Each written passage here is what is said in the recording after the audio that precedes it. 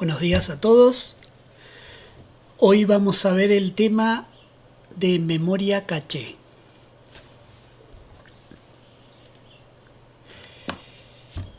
Dentro de la memoria caché, lo que nos interesa ver en esta clase es la organización del hardware de la caché y vamos a ver las tres maneras clásicas que se fabrican las caché y sus implicancias a nivel de uso. Lo que nos interesa cuando termine esta clase es conocer cómo funciona la caché, cuando la CPU necesita un dato desde la memoria principal, cómo es que se lo requiere a la caché, y algunos detalles relativos, por ejemplo, cuando necesitamos colocar un dato en la caché, en qué lugar tiene que ir ubicado.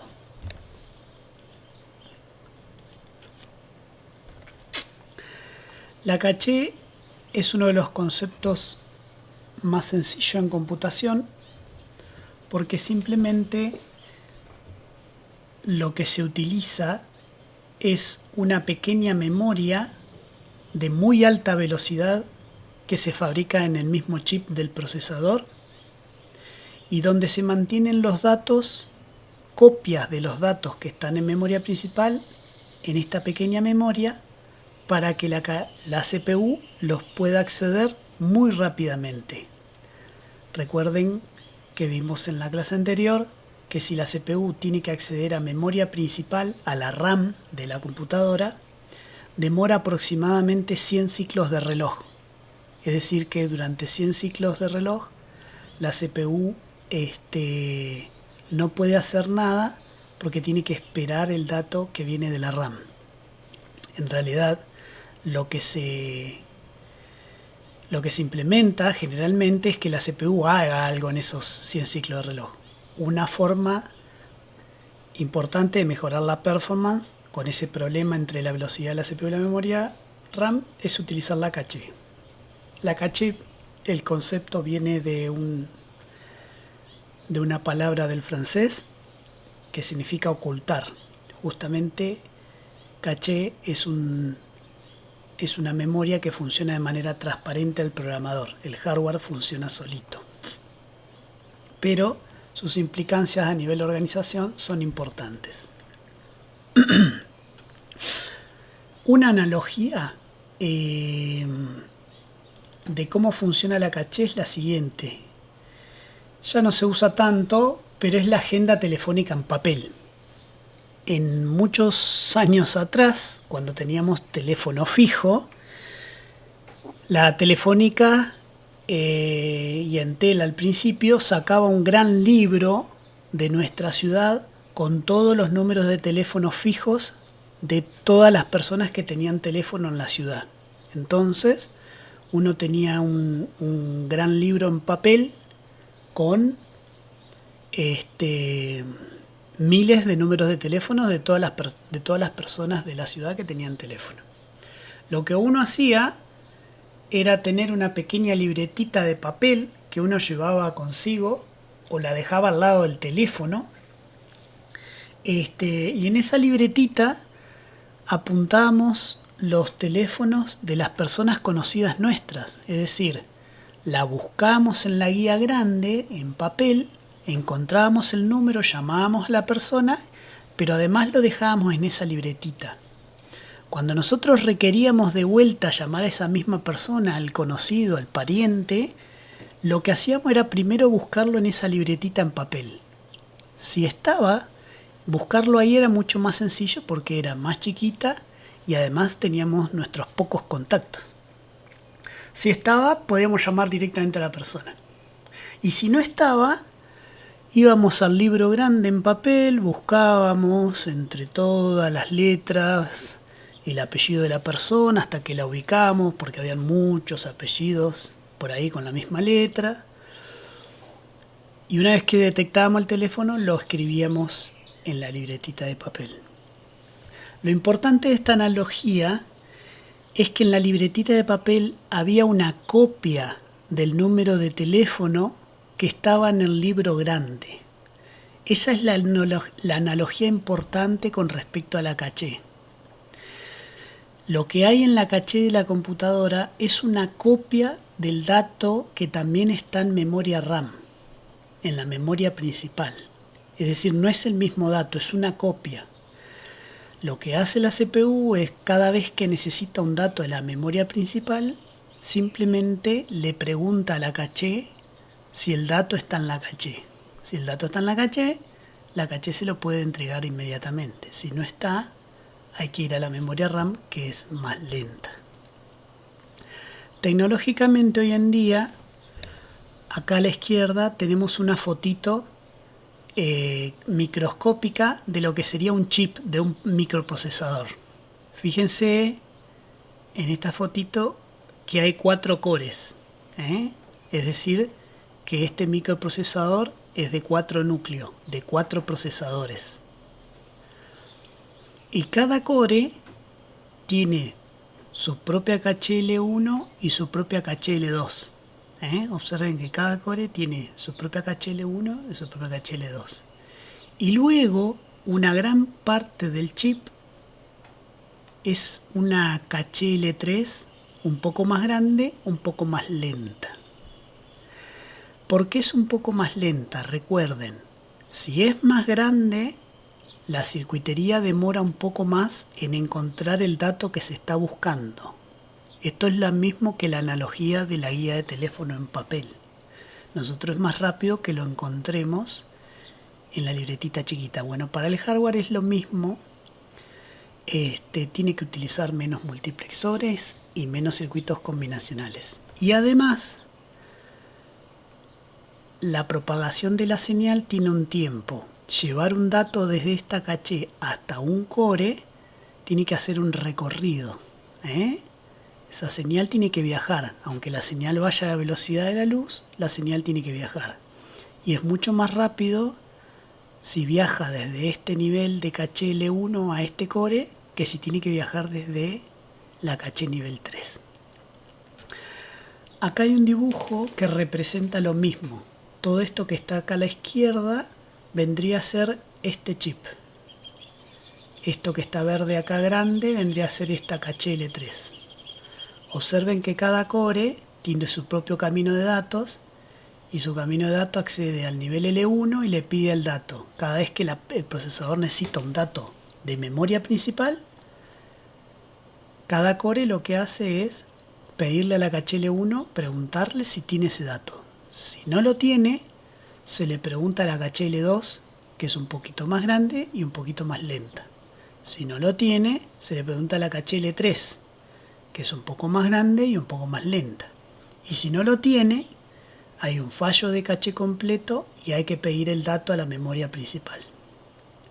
La memoria principal entregará el dato, se copiará en esta caché, se copiará en esta caché, se copiará en esta caché y se le entregará al procesador.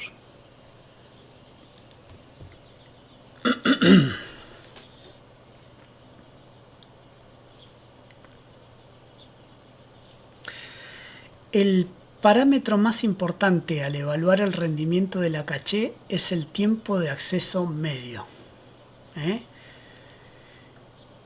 Y está directamente relacionado con la tasa de aciertos, hit ratio. La fórmula de cálculo del tiempo de acceso medio es la siguiente. Hay que hacer ¿cuánto es el tiempo de acceso medio? Es el tiempo que se accede a la caché más la tasa de fallos por el tiempo que se accede a la memoria principal. Es decir, C es el tiempo de acceso que se tiene que llevar a cabo cada vez que la CPU necesita un dato de memoria principal. Sí o sí ese tiempo de acceso hay que contemplarlo porque lo primero que hace es acceder a la caché. Si el dato está, devuelve. Y luego tenemos el acceso de cuánto se tarda en acceder a memoria principal. Este valor no es siempre, sino que depende de la cantidad de veces que falla, es decir, que el dato no está en caché y hay que ir a memoria principal. En este caso, en la fórmula de tiempo de acceso medio, si h tiende a 1, si h, que es la tasa de aciertos, tiende a 1, es decir, que el 100% de las veces la caché tiene el dato que quiere la RAM, esto se va a hacer 0. Por lo tanto, todo este término va a ser 0 y el tiempo de acceso se aproxima al tiempo de acceso a caché únicamente. En cambio, si h tiende a 0,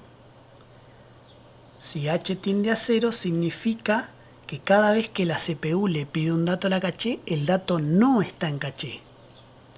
Por lo tanto, si h tiende a 0, esto queda en 1 y el tiempo de acceso medio se aproxima a C más M, que es el peor caso. Es contemplar el tiempo de acceder a la caché más el tiempo que lleva a acceder a la memoria principal. Y acá tenemos que empezar a emplear un poco de terminología. Cada vez que la CPU le pide un dato a la caché, si el dato está en la caché, se dice que hubo un acierto, un hit, y la caché devuelve el dato rápidamente. Si el dato no está en caché, se dice que hubo un fallo de caché, un miss. Y el microprocesador le va a tener que pedir a la memoria principal ese dato que no está.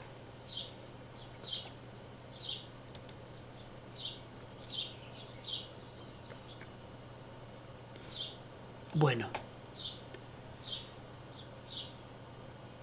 la terminología hit y miss. Acierto, fallo. Si hay un acierto, la caché entrega el dato. Si hay un fallo, hay que leer el dato de la memoria principal, hay que esperar porque son como 100 ciclos de reloj y luego el dato va a estar en el procesador una vez que lo entrega la memoria principal. Ahora, cuando el dato viene de memoria principal a la caché, ¿dónde lo ubica? Porque la caché es chiquita y tiene algunos datos. Por lo tanto, lo más probable es que tenga que ubicarlo en algún lugar y reemplazar algún dato que ya había en la caché. Para conocer en qué lugar de la caché queda un dato que viene de la memoria principal a la caché, tenemos que comprender las tres organizaciones posibles clásicas con las cuales se diseñan y construyen la caché. Las tres organizaciones son completamente asociativa, asociativa por conjuntos, pueden ser de distinta cantidad de vías, acá muestra un diagrama simplificado de 2 vías, y de mapeo directo. En la completamente asociativa, un bloque de la memoria principal puede ubicarse en cualquier lugar de la caché. Es como que este tipo de caché sería una organización óptima porque se puede elegir cualquier lugar donde uno quiere ubicar un bloque particular. En la de mapeo directo, en cambio, a cada bloque que hay en la memoria de datos se lo puede ubicar en un único lugar. Y la relación es que si nosotros tenemos 8 lugares como hay acá, hay que tomar la dirección del bloque en memoria y dividirlo por 8. Y el resto de esa división es el lugar donde tendríamos que ubicar el dato.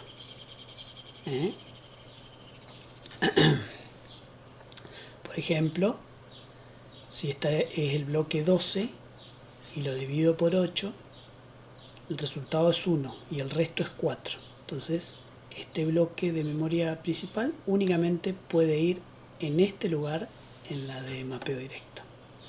Y en la asociativa por conjuntos, lo que sucede es que hay más de un lugar, es una de mapeo directo, pero en vez de haber un solo lugarcito en cada entrada de la caché, hay más de un lugar. Pueden ser 2, pueden ser 4, pueden ser 8. A eso se le llama vías. Entonces tiene más de una alternativa para el lugar que le toque. Funciona como la de mapeo directo, pero en cada lugar, en vez de haber un solo bloque en la caché, hay más de un bloque. Es como una mezcla entre mapeo directo y completamente asociativa, la de asociativa por conjuntos.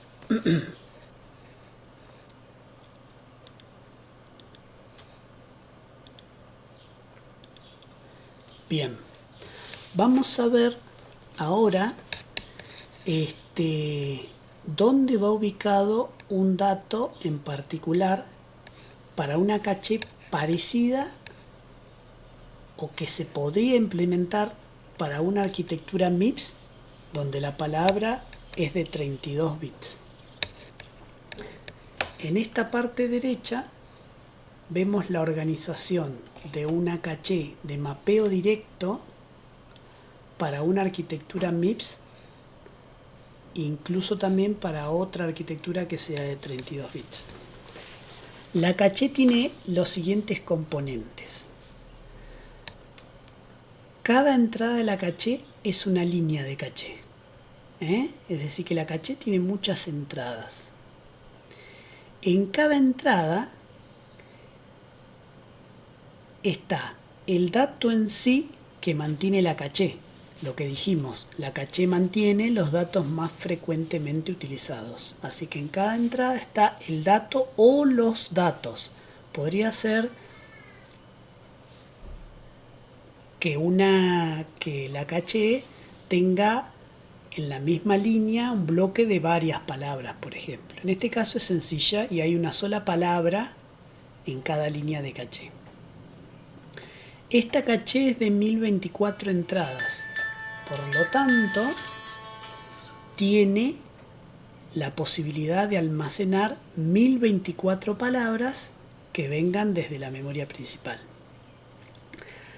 Además, cada entrada en la caché tiene una etiqueta. Esa etiqueta la utiliza el hardware para asegurarse de que la dirección que se está verificando en esa entrada de caché coincide realmente con la dirección que generó la CPU. Ahora vamos a ver un ejemplo. Y mínimamente tiene un bit extra cada entrada, que es un bit de validez. Bien, el funcionamiento es el siguiente. Como esta caché tiene 1024 entradas, cada bloque de memoria que tiene una dirección puede estar en una de estas 1024. Lo que se hace es lo siguiente. Acá está representado una dirección generada por la CPU. Fíjense que tiene 32 bits. Los últimos 2 bits no se utilizan cuando accedemos a la caché.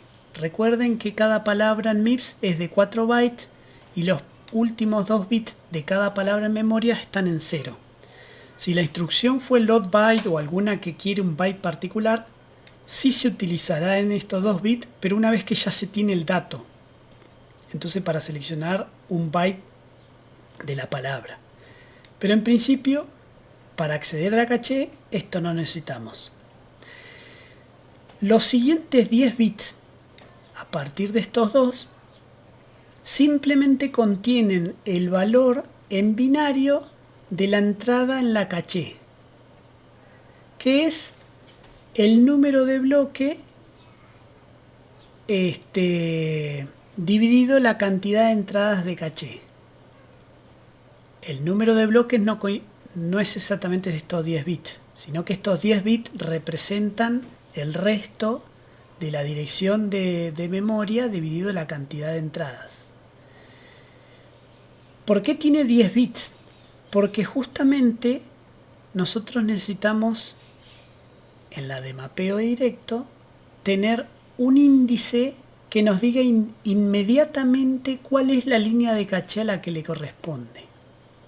Por lo tanto, si en estos 10 bits supónganse que está el valor 7 en binario, el hardware inmediatamente la única línea que verifica es la número 7 en la caché. Es decir que esto es directo, por eso se llama de mapeo directo.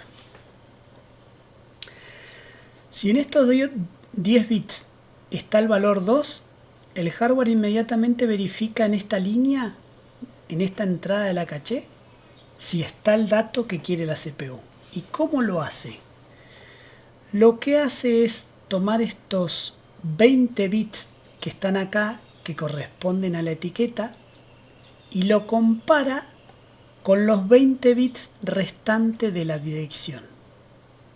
Es decir, que acá en la etiqueta tiene que coincidir estos 20 bits que están acá con estos 20 bits que están acá. Resumiendo, cada vez que la CPU genera una dirección de 32 bits, la caché lo que hace es lo siguiente: toma estos 10 bits, se fija qué valor es y viene a la entrada correspondiente. En el ejemplito que estamos dando, decimos que hay un 2 en estos 10 bits. Entonces, la caché, el hardware de la caché verifica esta entrada. De esta entrada toma la etiqueta y el hardware tiene un comparador. Este comparador es hardware, es un circuito combinacional, y lo compara estos 20 bits con los 20 bits restantes de la dirección. Si le coincide, si estos 20 bits le coinciden con esto, si el comparador dice la salida es un 1, coincide, lo último que hace la caché es verificar el bit de validez. El bit de validez tiene que estar en 1 si el dato es un dato válido. Acá hay un AND y simplemente si el comparador le dio 1 y el bit de validez está en 1, se produce un acierto de caché. Y el dato que está acá, en el 2, que estábamos haciendo un ejemplito, es la palabra que copia de la memoria principal que quería la CPU. Y la CPU no tiene que ir a memoria RAM. Así funciona una organización muy sencilla de mapeo directo. Esta caché de mapeo directo, lo interesante que tiene es que es una de las caché más fáciles de diseñar. Tiene poco hardware extra, tiene un solo comparador, y puede tener una palabra más. Puede que el bloque tenga más palabras. En este caso tiene uno solo. Así que el dato es el que se le entrega a la CPU si la etiqueta coincide y el bit de validez está en 1. Acá yo dejé un ejercicio donde tienen varias instrucciones en ensamblador, y para hacer estas instrucciones tienen que decirnos qué direcciones efectivas genera la CPU en cada instrucción load word. O sea que en cada una de estas tienen que indicar cuál es la dirección efectiva. Y de cada dirección efectiva hay que decir a qué líneas de la caché accede con esta caché de 1024 entradas. Y por cada acceso que se hace a esta caché hay que decir si hay un acierto o fallo en cada acceso. Yo voy a hacer el primero, si tengo los datos correctos. En este load word, la dirección efectiva de 32 bits es esta. Ustedes van a tener que hacer lo mismo. Lo que yo ya sé en esta organización de mapeo directo es que estos 10 bits de la dirección me indican la entrada de caché. Bueno, yo ya sé que estos dos no van, son el offset, el byte, si la instrucción fuera load byte. Entonces yo tengo que tomar 10 bits. Acá yo tomo, a ver, 1, 2, 3, 4, 5, 6, 7, 8, 9, 10. Desde acá hasta acá. Y tengo que ver cuál es la entrada. Este es 1, 2, 4, 8, 16, 32, 64.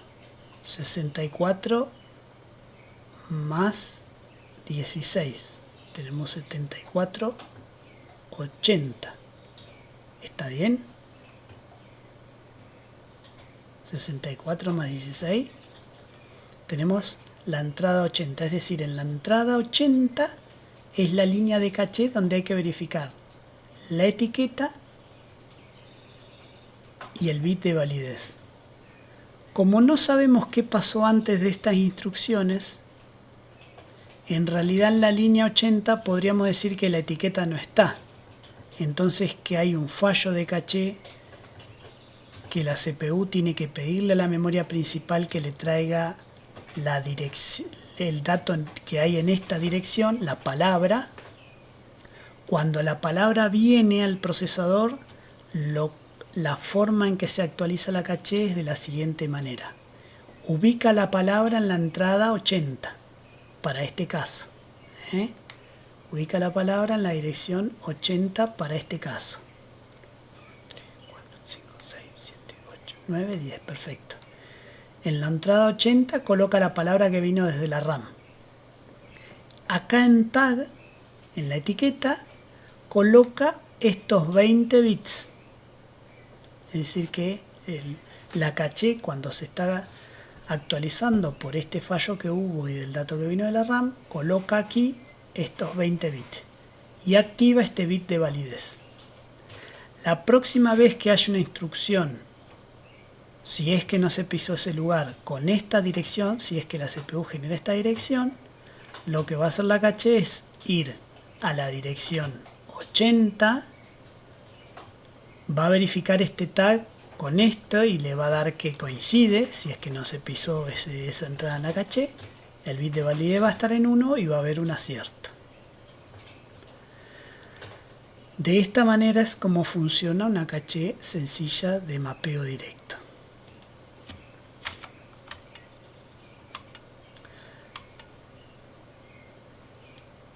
Bueno, en la caché totalmente asociativa, que no es esta, el dato puede estar en cualquier lugar de la caché. Si bien ese tipo de caché, de organización de caché, es una organización óptima, generalmente no se construye porque si tenemos una caché chiquita como la que vimos recién de 1024 líneas de caché, lo que tiene que existir son 1024 comparadores.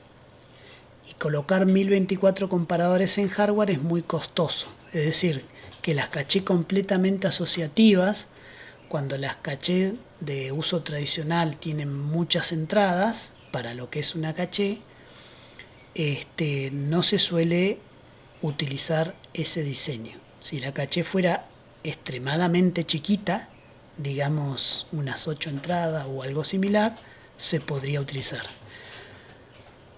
esa organización, pero ya el procesador MIP tiene 32 registros, digamos que los registros ya es un tipo de memoria local que sería mejor que tener una caché de poquitas entradas. Bueno, para la caché asociativa por conjuntos, acá tenemos un ejemplo de una caché asociativa de 4 vías. Cada una de estas se comporta exactamente como la caché de mapeo directo que vimos recién. Por lo tanto, ahora, si la primera dirección a la que se accedía era la 80, lo que hace esta caché es verificar la línea 80 de cada una de estas 4 vías. Es decir, que ahora hay 4 lugares posibles donde puede existir el dato que quiere la CPU. En cada una de estas vías hay un comparador, o sea que en este caso que hay 4 vías hay 4 comparadores. La caché en paralelo verifica la etiqueta de cada una de las entradas de estas 4 caché en la entrada 80 para este caso que estamos viendo.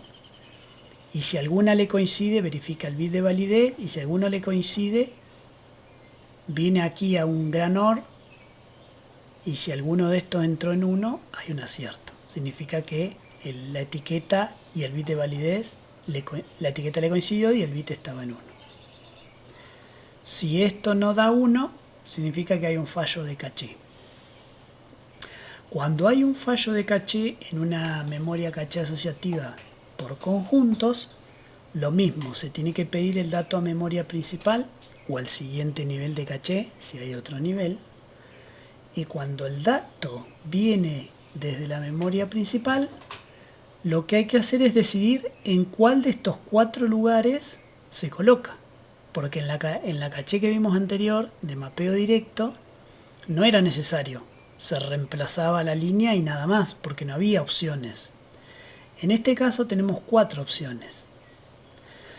Una política de reemplazo muy utilizada es simplemente tener un contador que indique cuáles cuál de estas vías de esta caché fue la que menos se usó. Se llama LRU, la menos recientemente utilizada. Entonces, si de estas 4 vías, supónganse que esta vía 1 es la que se usó menos, la que la CPU hace más tiempo que no pide el dato, entonces se coloca en esta entrada. O si hay alguna que tiene un bit de validez que dice que es 0, también es un buen lugar, porque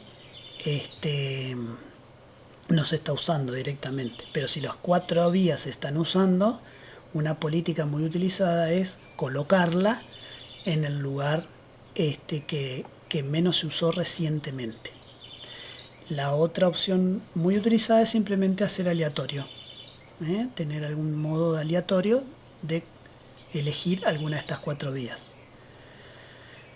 Las estadísticas y las pruebas para distintos programas indican que la aleatoria también funciona bastante bien. La menos recientemente utilizada para ciertos tipos de programas funciona mejor. Todas estas políticas de dónde se ubica el dato cada vez que viene de la RAM no es algo de software, es algo de hardware y es físico en hardware y es estático.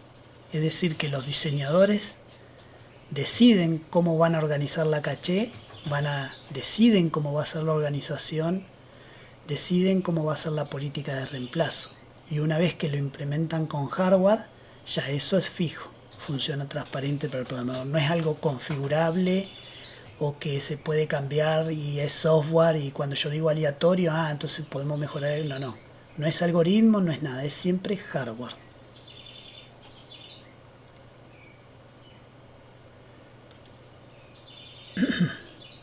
¿Qué pasa con las escrituras? Una cosa es leer un dato cuando hacemos un load word, pero también recuerden que nosotros podemos escribir a memoria principal datos.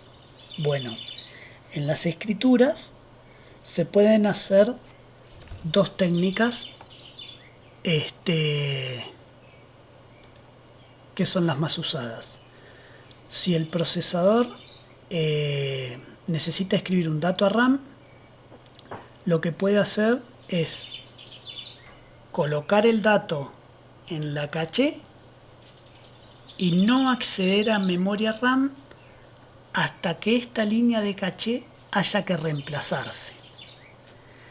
En ese caso, en este tipo de escritura donde se escribe el dato en caché y no se actualiza la RAM, la ventaja que tenemos es que no tenemos que esperar. El problema puede surgir porque en la caché hay un dato que está diferente a la RAM. Recuerden que en la caché los datos son una copia de lo que hay en RAM. Si existe otro hardware que no sea el procesador que modifica la memoria RAM, el computador completo tiene que tener hardware para, por ejemplo, darse cuenta que se va a pisar un dato en memoria o se va a leer un dato en memoria que aún no está y que solo está en la caché. La otra técnica es una técnica de escritura directa, que cada vez que el procesador necesita escribir un dato, actualiza la línea de caché correspondiente y a su vez actualiza la memoria. Es decir, que ambas, la caché y la memoria, están sincronizadas y mantienen el último dato.